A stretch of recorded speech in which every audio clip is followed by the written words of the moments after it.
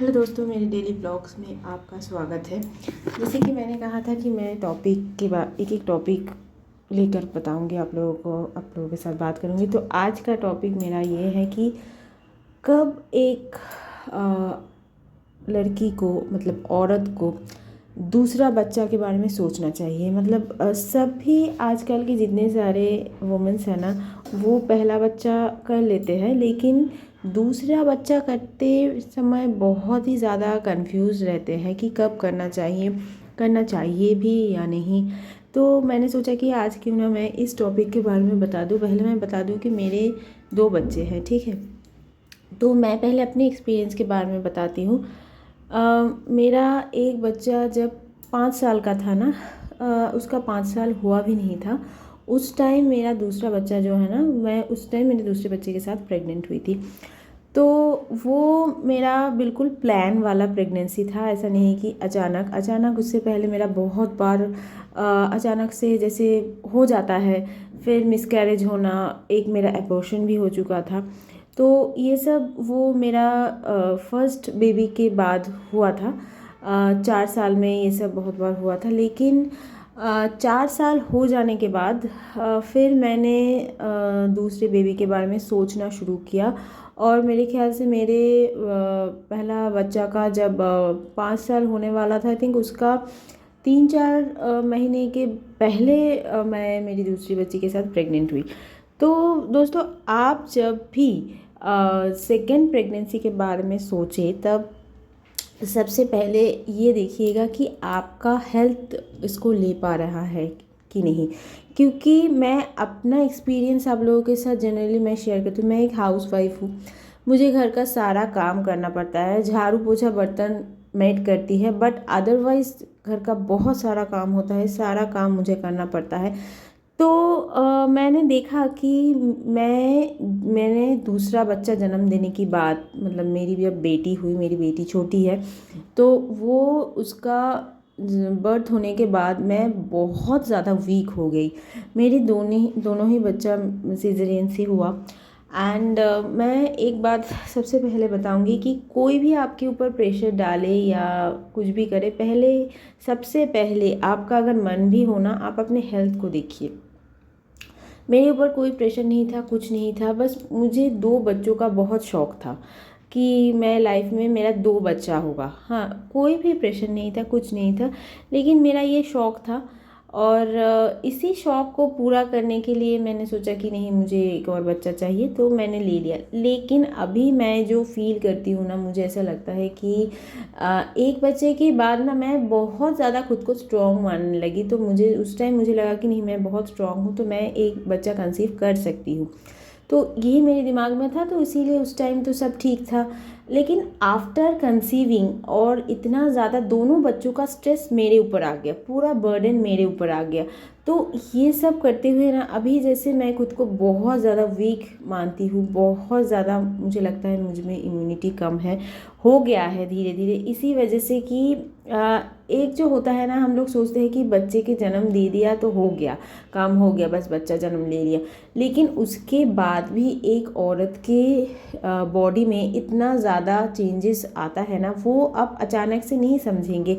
आपका जब उम्र बढ़ेगा ना, उस टाइम आप समझेंगे कि आपको क्या क्या प्रॉब्लम हो रहा है, हो सकता है, वो समझेंगे। जैसे मैं अभी समझ रही हूँ, तो मैं ये बात आप लोगों के साथ शेयर कर रही हूँ कि प्लीज़ आप लोग पहले अपना हेल्थ देखिए कि आपको अगर लगे कि हाँ, मैं बिल्कुल मैं ये कर सकती हूँ, देन आप लोग ये स्टेप लीजिए, ठीक है।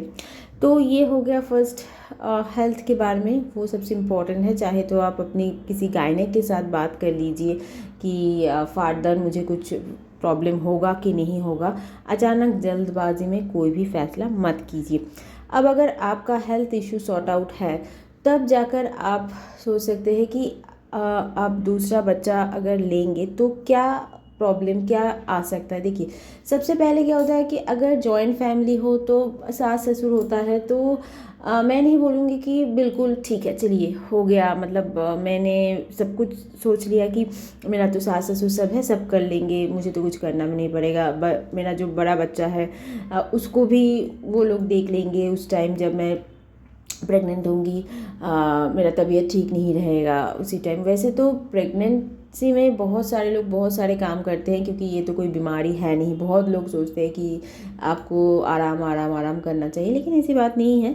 आपको आराम करने की ज़रूरत नहीं है, जितना ज़रूरत है उतना ही करना चाहिए। तो आपको अगर ऐसा लगे कि हाँ मेरा जो फर्स्ट चाइल्ड है उसका जो जिम्मेदारी है वो लोग आराम से उठा पाएंगे, मुझे उतना तकलीफ़ नहीं होगा, या मैं कर लूँगी जितना मुझे करना चाहिए, तो आप लोग सोच सकते हैं। लेकिन मैं फिर से अपना एक्सपीरियंस सबसे शेयर करूँगी, क्योंकि मैं अपने हस्बैंड के साथ अपने बेटे को लेकर अकेला ही रहती थी।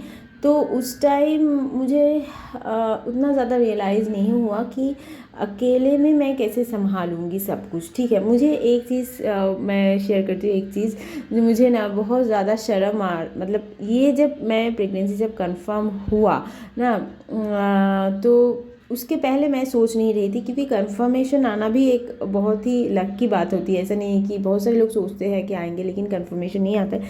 आफ्टर कंफर्मेशन मैं ये सोचने लगी कि अरे यार, कि ये बेबी बम्प लेकर मैं मेरा बेटा उस टाइम बस में ट्रैवल कर मतलब बस में स्कूल जाता था, स्कूल बस के लिए मुझे जाना होगा, सब मेरे बेबी बम्प को देखेंगे, कुछ लोग पूछेंगे ये वो, तो मैं वो सब कैसे हैंडल करूँगी। क्योंकि फर्स्ट चाइल्ड के टाइम ना मेरा सास ससुर था, तो उस टाइम मुझे कुछ भी नहीं करना पड़ा था, मैं घर में ही रहती थी और सिर्फ डॉक्टर के पास आना जाना उतना वो भी मेरे हस्बैंड ले जाते थे ले आते थे। तो मतलब बहुत रिलैक्स थी। लेकिन इस टाइम ना मैं सोचने लगी कि मैं क्या करूँ, मैं भी अकेली हूँ और मैं ना बाहर रहती हूँ, मैं कलकत्ता की हूँ लेकिन मैं कलकत्ता से बाहर रहती हूँ। तो मैं ना ये बात सोच रही थी, बट अनफॉर्चुनेट क्या बताऊँ, मेरा जो वो बेबी हुआ ना वो कोरोना का टाइम था। मैं एक बात क्लियर कर दूँ, सब सोचते होंगे कि कोरोना मतलब आप कोरोना के टाइम में ही प्रेग्नेंट हुई, बिल्कुल नहीं। उसके कोरोना आई थिंक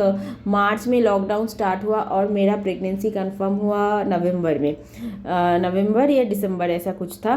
तो बिल्कुल भी कोरोना के टाइम में मैं प्रेग्नेंट नहीं हुई थी, तो उसके पहले मैं हुई थी। तो उस टाइम मैं ये सोच रही थी कि क्या लोग बोलेंगे, क्या लोग सोचेंगे, क्या क्या क्या क्या।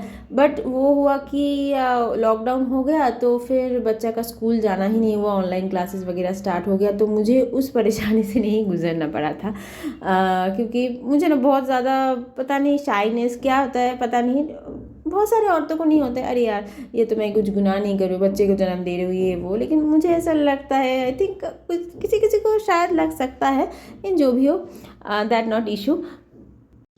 लेकिन प्रेगनेंसी आने के बाद क्या हुआ कि मैं तो काम बहुत नॉर्मली से मैं कर रही थी, सारा काम मुझे लग रहा था बाप रे मैं इतना फिट हूँ, मैं सारा काम 2-3 महीने तक मैं इतना ज़्यादा फिट थी ना। हाँ, मैं खा नहीं पा रही थी, नॉन वेज नहीं खा पा रही थी, बट वेज मैं सारा खा रही थी, मैं खा रही थी, मैं उल्टी कर रही थी, फिर मैं खा रही थी। और ये सारे पता है, मेरे हस्बैंड सुबह में 9 बजे निकल जाते थे, रात में 9-10 बजे घर आते थे, उनका ड्यूटी ऐसे ही है।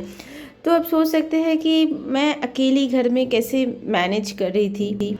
मैं कर ली, बट उसका 2-3 महीने बाद शायद मुझसे और कुछ नहीं किया जा रहा था। मतलब खड़ा होकर काम करना, बच्चा को नहाना धुलाना, यहाँ तक वो पॉटी करके भी साफ़ नहीं कर पाता था, 4 साल का बच्चा था तो और क्या बोले। तो ये सब कुछ करने में मुझे उसके बाद से आई थिंक आफ्टर 3 और 4 मंथ के बाद से ना मुझे बहुत परेशानी हुई। और खाना बनाना मतलब खड़ा होकर खाना नहीं बना जा रहा था, बहुत मुश्किल हो रहा था। मेरा हेल्प करने वाला भी कोई नहीं था, हस्बैंड अपना काम में बिजी था, मुझे हर काम साथ में करना पड़ रहा था। सिचुएशन बहुत ही ख़राब जा रहा था उस टाइम। तो आप लोग ज़रूर इस बात को सोचना कि आप कर सकते हैं कि नहीं, कोई हेल्पर होगा कि नहीं, फिर जाकर आप लोग ये दूसरे बच्चे का डिसीजन ज़रूर लीजिएगा। तो आज मैं यही ब्लॉग ख़त्म कर रही हूँ, इसी टॉपिक के ऊपर मैं नेक्स्ट ब्लॉग भी आप लोगों के साथ शेयर करूँगी।